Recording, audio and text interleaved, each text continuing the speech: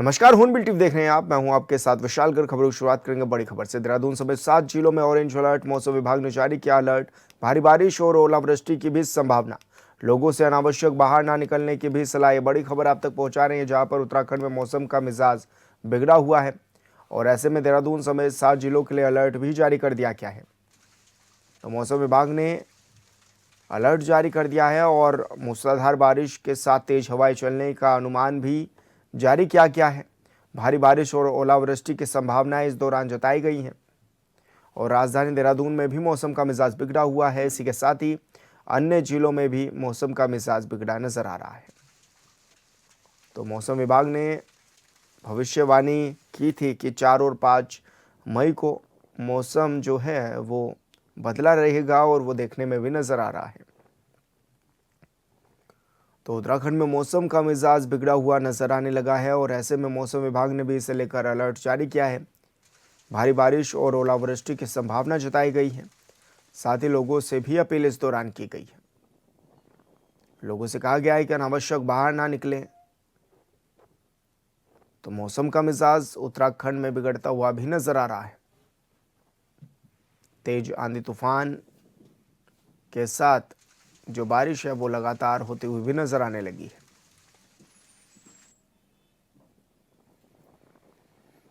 तो पहाड़ से लेकर मैदान तक मौसम बिगड़ा हुआ है और बारिश का दौर जो है वो लगातार जारी भी है।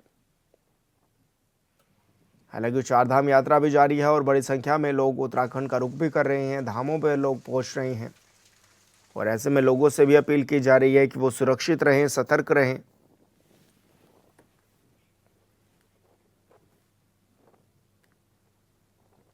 और संवाददाता योगेश आर्या हमारे साथ फोन लाइन पर जुड़ गए। योगेश, क्या कुछ जानकारी मिल रही है किस तरह का मौसम का मिजाज अभी हाल फिलहाल में रहने वाला है? तो देहरादून समेत 7 जिलों में ऑरेंज अलर्ट जो है मौसम विभाग जारी किया है। देहरादून की हरिद्वार पौड़ी समेत 7 जिलों के लिए ऑरेंज अलर्ट जो है वो जारी किया गया है। उसमें कहा गया है कि आज अगर देखा जाए तो अधिकांश इन शहरों में जो है तेज आंधी तूफान की जो है संभावनाएं बनती हुई नजर आ रही है, जिसकी रफ्तार जो है 40 से 60 किलोमीटर प्रति घंटा की रहेगी। भारी बारिश और ओलावृष्टि की भी प्रबल संभावनाएं जो है वो बनती हुई नजर आ रही हैं, जिसको लेकर के जो है आवश्यक दिशा निर्देश भी दिए गए हैं। प्रशासन ने लोगों को आवश्यक रूप से बाहर न निकलने की सलाह दी है। इसके साथ साथ चारधाम यात्रा पर आने वाले जो भी तीर्थयात्री हैं उनको कहा गया है कि वह जो है मौसम के अलर्ट को जो है पूरी तरह से ध्यान रखें। आसपास जो नदी गधेरे हैं जो है उनके आसपास न जाएं, क्योंकि जो है बरसात होने के कारण जो है उन पर उफान आ सकता है, तो वह कहीं ना कहीं चुनौती बन सकती है। तो उसको लेकर भी जो है अलर्ट जारी किया जा रहा है। लगातार जो है पर्वतीय इलाकों में, ऐसे इलाकों में जहां पर जो है चारधाम का मार्ग है वहां पर लगातार जो है अनाउंस किया जा रहा है ताकि लोग सचेत रहें।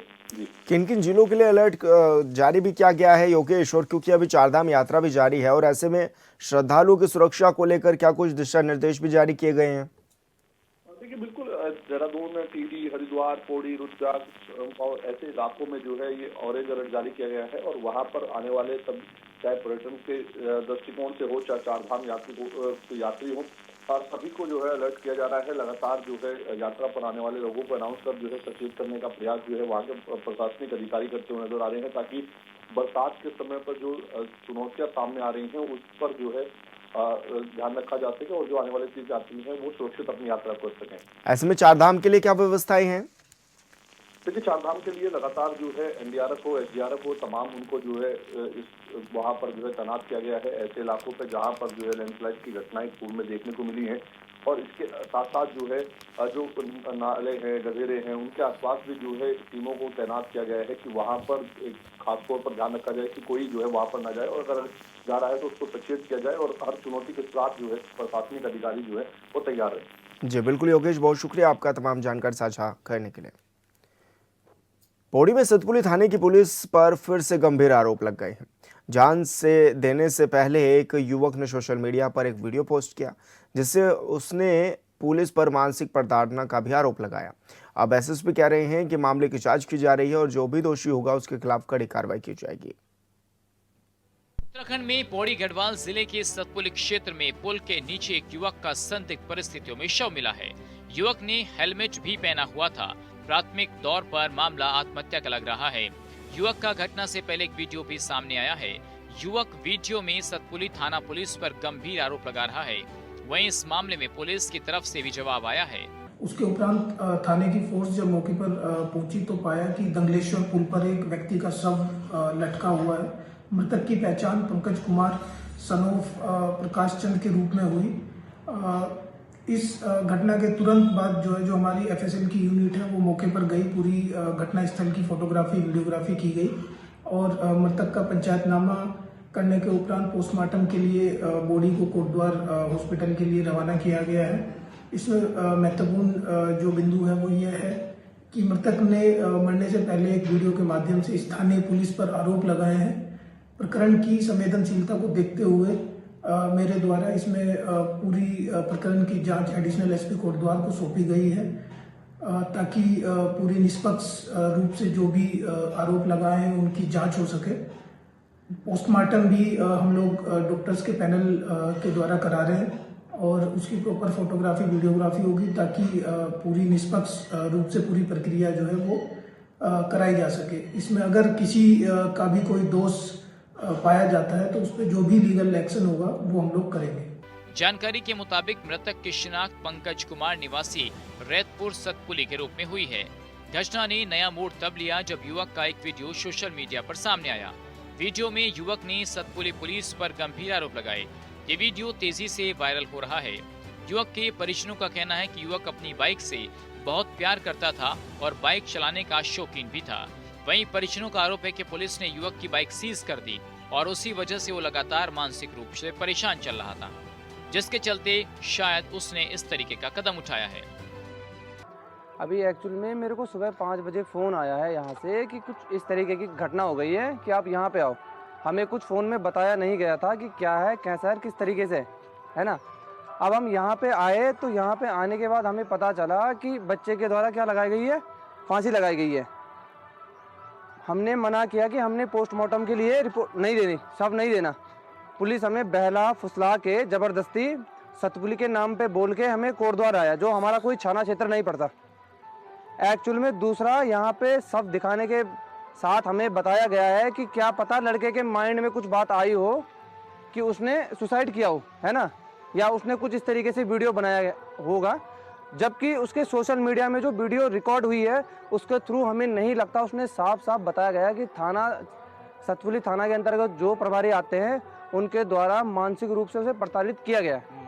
पुलिस क्षेत्र अधिकारी तुषार बोरा के अनुसार बीते दिन युवक नशे में धुत होकर इलाके में घूम रहा था और इस दौरान उसने एक बंगाली डॉक्टर को भी टक्कर मार दी। घटना के बाद पुलिस ने युवक का चालान काटा और उसे परिजनों के सुपुर्द कर दिया था। बताया जा रहा है कि पुलिस की प्रताड़ना की वजह से युवक ने ये खौफनाक कदम उठा लिया। घटना के बाद इलाके में हड़कंप मच गया और परिजनों का रो रो कर बुरा हाल है। कल हमने 185 में भी चालान किया कि जो नशे की हालत में वो वाहन चला रहा था, जिसने एक्सीडेंट भी कर दिया था, जिसमें एक स्थानीय युवक की चोट भी लगी थी और इसके भी खुद ही चोट भी लग गई थी, जिसपे इसकी गाड़ी को तुरंत सीज करते हुए और इसको 185 में चालान किया गया, मेडिकल कराया गया और इसके परिजन के उसकी माता को और चाचा को मौके पे थाने पे बुलाकर इनके सुपुर्द में दिया गया था इसे। देखिए, जो इसमें आप जो कहना चाह रहे हैं उस संबंध में हमने ऐसा कुछ है नहीं, प्रकाश में अभी तो आया नहीं है, लेकिन फिर भी हमने इसकी जो हर महिला के लिए उच्च अधिकारियों के आदेश पर इसकी पैनल से मेडिकल कराया जा रहा है, पोस्टमार्टम कराया जा रहा है और वीडियोग्राफी कराई जा रही है। अगर कोई ऐसे तथ्य प्रकाश में आएंगे तो विधिक कार्रवाई लाई जाएगी। ये जब इनका इसके द्वारा जब इसकी बॉडी निकाली गई, इसकी शिनाख्त हुई तो इसके परिजन मौके पे आ गए थे, जिनकी इनकी माता जो द्वारा इस भी मना करा गया कि मैं बच्चे का किसी तरह का पोस्टमार्टम या आगे कार्रवाई नहीं कराना चाहती थी। लेकिन चूंकि मीडिया पे एक बात चल चुकी थी इस संबंध में कि एक सोशल मीडिया पे चल रहा था कि ऐसे ऐसे पुलिस द्वारा किया गया, जिसको हम निष्पक्ष जांच करने हेतु इसका पैनल से मेडिकल कराना और या इसका पोस्टमार्टम कराना और वीडियोग्राफी करा के बहुत जरूरी था। गाँव ग्राम सभा डेवडाली है, तो मैं इस खबर ये हमारे रिलेटिव में भी है, तो मेरे को एक खबर का पता चला तो मैंने इनके चाचा जो है रोशन, उनसे बात की तो उन्होंने कहा यहाँ पर पीएम के लिए बॉडी आ रखी कोटद्वार, तो मैं आया। तो इसमें बात ये है कि जो पुलिस पे अभी जो मैं एसएसपी पौड़ी सर्वेश पवार जी का मैं वो देख रहा था इंटरव्यू, ये जो प्रेस जो उन्होंने वार्ता की इस मामले में, तो मैं एकदम देखा, मैं दिन में 1-1:30 बजे में ये वायरल हुआ खबर। तो इसमें बात ये है कि एक नया बच्चा 18 साल से ऊपर का है, वो 19 साल का लड़का है, उसको इतना मतलब ऐसा क्या हरासमेंट कर दिया गया है कि उसने आत्महत्या कर दी। आत्महत्या सकते। पुलिस पुलिस का मतलब ये थोड़ी नहीं है कि आपने किसके सुपुर्द किया, उसको घर वाले कौन थे, आपने थाने में, थाने की जांच, उनके घर वालों की मांग है कि हमको थाने की रिपोर्ट दो। परिजनों का आरोप है तो पुलिस की सफाई है। पुलिस का कहना है कि घटना के बाद पंकज को उसके परिजनों को सुपुर्द कर दिया गया और घायल चिकित्सक और पंकज के बीच आपसी समझौता भी हो गया था, जिसमें किसी ने कानूनी कार्रवाई की इच्छा नहीं जाहिर की। फिलहाल पुलिस इस आत्महत्या के मामले में सभी पहलुओं की गहन जांच कर रही है, जिसमें युवक द्वारा लगाए गए आरोप भी शामिल हैं। पोस्टमार्टम रिपोर्ट और अन्य साक्ष्यों के आधार पर आगे की विधिक कार्रवाई की जाएगी।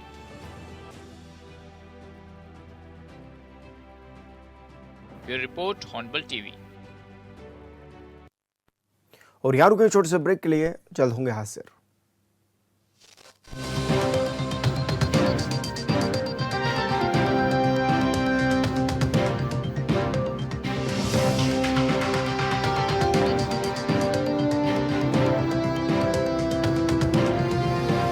पौड़ी के सतपुली थाना क्षेत्र से एक सनसनीखेज मामला सामने आया है, जहां रेतपुर पुल पर एक युवक ने फांसी लगाकर अपनी जीवन लीला समाप्त कर ली है।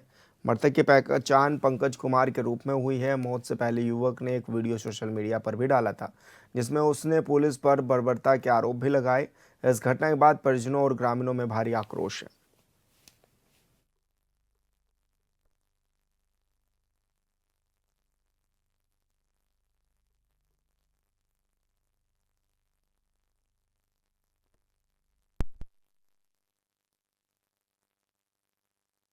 बीस साल का लड़का पंकज अपनी बहन की शादी में घर आया था। जैसे ही बहन की बारात विदा की, बहन को विदा किया और उस दिन उसकी बहन को द्वारबाट में वापस आना था। ठीक उसी दिन उसके साथ यहाँ सतपुली में किसी व्यक्ति के साथ, जो कि भारतीय जनता पार्टी के किसी पदाधिकारी, महिला पदाधिकारी का पति बताया जाता है, उसके साथ एक छोटी सी बाइक से पैर पे बाइक चढ़ जाती है। और चूंकि मोटर वाहन अधिनियम के अंतर्गत किसी व्यक्ति की किसी के ऊपर बाइक चढ़ जाना भी निश्चित रूप में एक अपराध है, तो उस संज्ञेय अपराध के खिलाफ जो कानूनी प्रावधान है, उन प्रावधानों का पालन करने के लिए पुलिस स्वतंत्र है, उस पर कोई क्वेश्चन नहीं है। लेकिन उसके बाद जिस बेरहमी से पंकज को पीटा गया, 20 साल का अनुसूचित परिवार का लड़का जिस प्रकार से उसको पीटा गया, ये कदापि सहन योग्य नहीं है कि बाइक के किसी के पैर पर चढ़ जाने के एवज में, और वो अगर रसूखदार व्यक्ति है भारतीय जनता पार्टी का, तो ये तानाशाही भारतीय जनता पार्टी के कार्यकर्ताओं में यहां तक इसलिए आ गई है कि शीर्ष से लेकर और नीचे तक जो आज सत्ता में बैठे हुए लोग हैं, वो अपने को भगवान समझने लगे हैं। और उसके रसूख के कारण अगर पुलिस को एक गर्मी चढ़ी है, तो मैं पुलिस के उन लोगों से कहना चाहता हूं कि ये वर्दी पहन के आप पुलिस हो, अन्यथा आप भी हमारे जैसे हो। लेकिन वर्दी पहनने के बाद आपको शायद यह एहसास नहीं रहता है कि आप भी हमारे जैसे इंसान हो। चंपावत के बाराकोट ब्लॉक की डोबा भालू खंडे सड़क में 4 गुलदार एक साथ सड़क में चहलकदमी करते पाए गए हैं। पूर्व प्रधान प्रतिनिधि दीपक तिवारी और अन्य युवाओं ने गुलदार को देखा है। इस पर उन्होंने कहा कि एक साथ 4-4 गुलदार के दिखने से गांव में दहशत का माहौल है। इतनी बड़ी तादाद में क्षेत्र में गुलदारों का होना खतरे से खाली नहीं है। कभी भी गुलदार बड़ी घटना को अंजाम दे सकते हैं। ग्रामीणों ने कहा है कि डोबा भागू में चिड़ियाघर जैसे हालात पैदा हो गए हैं। उन्होंने वन विभाग और प्रशासन से ग्रामीणों को सुरक्षा मुहैया कराने की भी मांग की है। तो आगे हैं 3 से नहीं यार, एक पीछे से। और संवाददाता लक्ष्मण बिष्ट हमारे साथ फोन लाइन पर जुड़ गए हैं। लक्ष्मण, किस तरह का माहौल है अभी गांव में और क्या डर महसूस कर रहे हैं लोग? तो गांव में जो है काफी दहशत का माहौल है। आप समझ सकते हैं कि एक साथ 4-4 गुलदार जो है सड़क में चहलकदमी करते नजर आएंगे तो माहौल दहशत का होगा। तो ग्रामीण जो है काफी दहशत में इकट्ठे 4-4 गुलदार जो है गांव के नजदीक दिख रहे हैं। तो ग्रामीणों ने जो है वन विभाग और प्रशासन से गुलदारों का जो आतंक हो रहा है से निजात दिलाने की मांग की है। तो लेकिन माहौल जो है काफी दहशत भरा बना हुआ है जी। और अभी तक प्रशासनिक अधिकारी क्या कुछ कर रहे हैं? क्या उन्होंने इसकी सुध ली है? जी, अभी तक प्रशासनिक अधिकारियों का कोई बयान सामने नजर नहीं आया है, लेकिन जब ग्रामीणों ने मांग की तो प्रशासन जरूर सूद लेगा और गुलदारों को पकड़ने के लिए जो है कुछ न कुछ कार्रवाई करेगा। मैं बताना चाहूंगा, बाराकोट ब्लॉक में गुलदार ने जो है एक व्यक्ति को मौत के घाट भी उतार दिया था पूर्व में। जी बिल्कुल लक्ष्मण, बहुत शुक्रिया आपका तमाम जानकारी साझा करने के लिए। भगवानपुर कोतवाली के धीर मजरा गांव में दो पक्षों में कहासुनी के बाद विवाद हो गया, जिसमें दोनों पक्षों की ओर से जमकर लाठी डंडे भी चलाए गए। और एक और जहां एक पक्ष ने झगड़े को 500 रुपये के लेन देन का बताया तो दूसरे पक्ष ने भेड़ चोरी करने का मामला बताया है। वहीं कुछ ग्रामीणों का कहना है कि मौके पर फायरिंग भी हुई है, जिसकी पुलिस जांच पड़ताल कर रही है।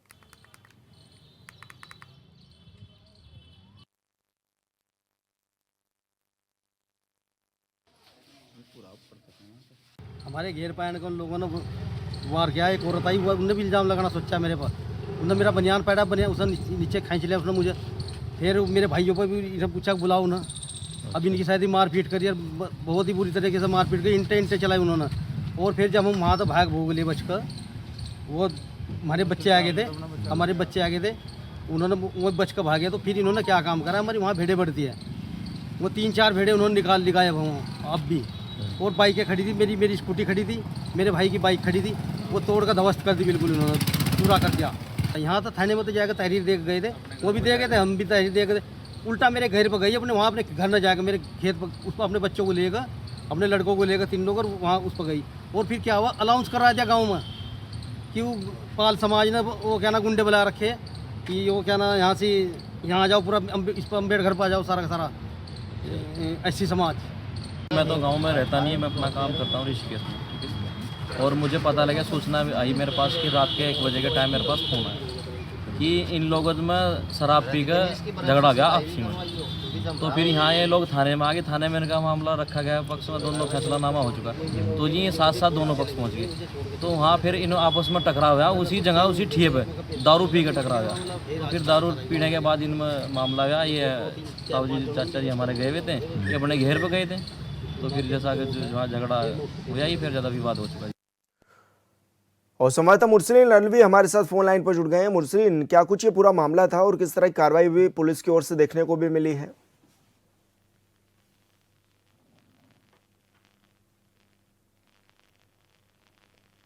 मुरसलीन, आप तक आवाज पहुंच पा रही है मेरी?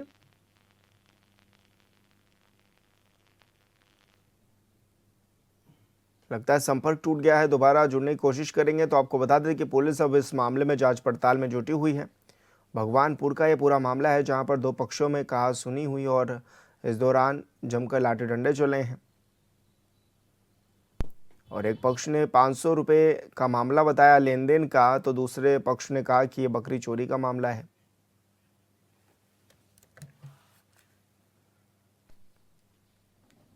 उधम सिंह नगर पुलिस ने मुख्यमंत्री के नशा मुक्ति उत्तराखंड अभियान के तहत बड़ी सफलता हासिल की है। एसएसपी अजय गणपति के नेतृत्व में महज 1 महीने में जिले भर में 55 मुकदमे दर्ज कर दिए गए और 68 नशा तस्करों को गिरफ्तार कर जेल भी भेजा गया। पुलिस ने इस दौरान लगभग 2.5 करोड़ रुपए मूल्य की नशीली सामग्री बरामद कर तस्करों के नेटवर्क को ध्वस्त भी कर दिया है। सख्त कार्रवाई के चलते काशीपुर, ITI, बाजपुर और जसपुर समेत कई क्षेत्रों से 581 किलो गांजा, 774 ग्राम स्मैक, 1 किलो चरस और भारी मात्रा में नशीले इंजेक्शन और गोलियां भी जब्त की गई हैं।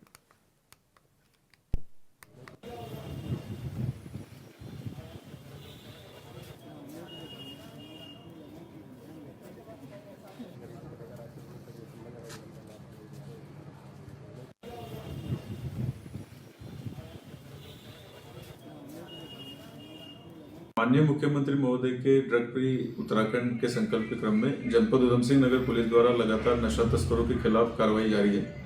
इसी के क्रम में पिछले 1 महीने में जनपद उधम सिंह नगर में नशा तस्करों के खिलाफ एक अभियान चलाया गया था, जिस अभियान के तहत कुल 55 FIR लॉन्च हुए और 68 नशा तस्करों की गिरफ्तारी सुनिश्चित की गई, जिसमें कुल 2.5 करोड़ से भी अधिक मूल्य के नशीले पदार्थों की बरामदगी सुनिश्चित की गई, जिसमें 581 किलोग्राम गांजा, 1 किलोग्राम चरस, 715 ग्राम स्मैक तथा नशीले इंजेक्शन और नशीले गोलियों का समावेश है। इस कार्रवाई के बाद अगले चरण में पुलिस द्वारा गैंगस्टर एक्ट के तहत तथा पिट एंड डिपेस एक्ट के तहत कार्रवाई की जाएगी तथा जो अपराधी नशे के कारोबार में लिप्त है उनके संपत्ति की कुर्की भी की जाएगी।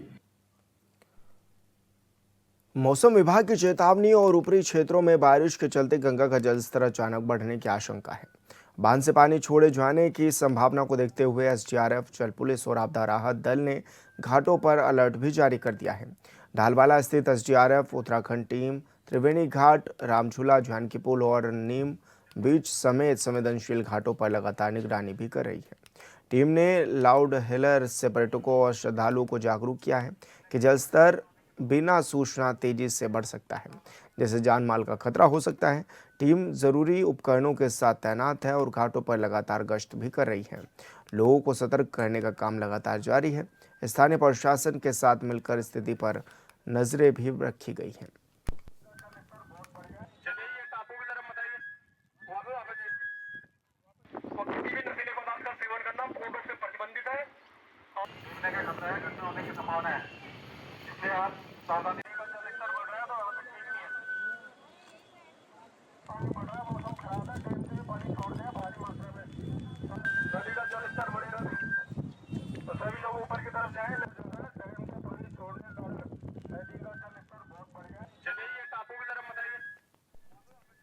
पर्यटन सीजन शुरू होते ही मसूरी में बिना लाइसेंस दही, पनीर और डेयरी उत्पादों की सप्लाई का मामला सामने आया है।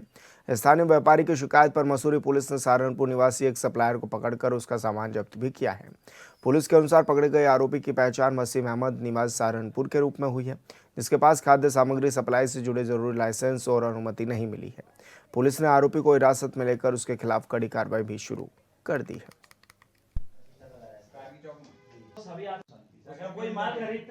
सर देखिए, यहाँ मसूरी का जो व्यापार मंडल है उसके द्वारा जो है फूड लाइसेंस भी बनवाए जाते हैं। अभी 4 दिन पहले चेकिंग चली तो मंडी परिषद के भी कोई लाइसेंस बने हैं, वो भी हमने बनाया है। और बार बार हम लोगों को, डेयरी वालों को यहाँ परेशान किया जाता है। और माल तो बेचते हैं बाहर से आके, लोग सहारनपुर से आ रहे हैं। उसका पहले तो देहरादून के अंदर ही वेरिफिकेशन होना चाहिए था, देहरादून में कैसे एंट्री कर रहा है। फिर उसके बाद सर वो मसूरी आ रहा है, पहाड़ों की रानी में। और यहाँ पे पनीर और दही जो बेच रहा है, क्रीम के डब्बे भी मैंने पकड़े हैं उसके, काफी हम 15-20 डेयरी वाले इकट्ठे हो गए। कहने का मतलब ये रहता है सर कि बाहर से आके आदमी यहाँ बेच के चला जाता है और बदनाम होता है मसूरी का आदमी। मसूरी का व्यापारी बदनाम हो रहा है। मसूरी के जो डेयरी वाला है, हम दूध का जो काम करते हैं उसके पीछे हमें जो है बहुत कुछ भुगतना पड़ता है। जैसे बच्चे हमारे वैसे ही दूसरों के भी होते हैं। हम नहीं चाहते कि किसी को जो है खराब माल खिलाएं या मतलब कोई नंबर 2 का माल मंगवाएं। हमारे जो हम काउंटर के ऊपर जो बेचते हैं, काउंटर पे बेचने का मतलब होता है कि कभी भी फूड सेफ्टी वाला आके चेक कर सकता है। ऐसा नहीं है कि कभी हमारे माल में प्रॉब्लम आए। लोकल माल हम यहाँ जो आता है उसमें भी कोई प्रॉब्लम नहीं आती। लेकिन जो ये बाहर से सहारनपुर से आ रहे हैं, यूपी से आ रहे हैं, इनको पहले तो पुलिस ने जांच करनी चाहिए इनकी। फिर उसके बाद कोलू खेत पे हमारे एक बैरियर पड़ता है, वहां से कैसे एंट्री करते हैं ये समझ नहीं आता। और जिसको आज पकड़ा है वो कह रहा है कि मैं तो नगर पालिका से भी जो है मैंने स्कूटी का अंदर आने का लाइसेंस और परमिट बना लिया है। तो ये भी बहुत खेत का विषय। और फिलहाल इस बुलेटिन में मेरे साथ इतना ही। आप देखते रहिए हॉर्न बुलेटिन। नमस्कार।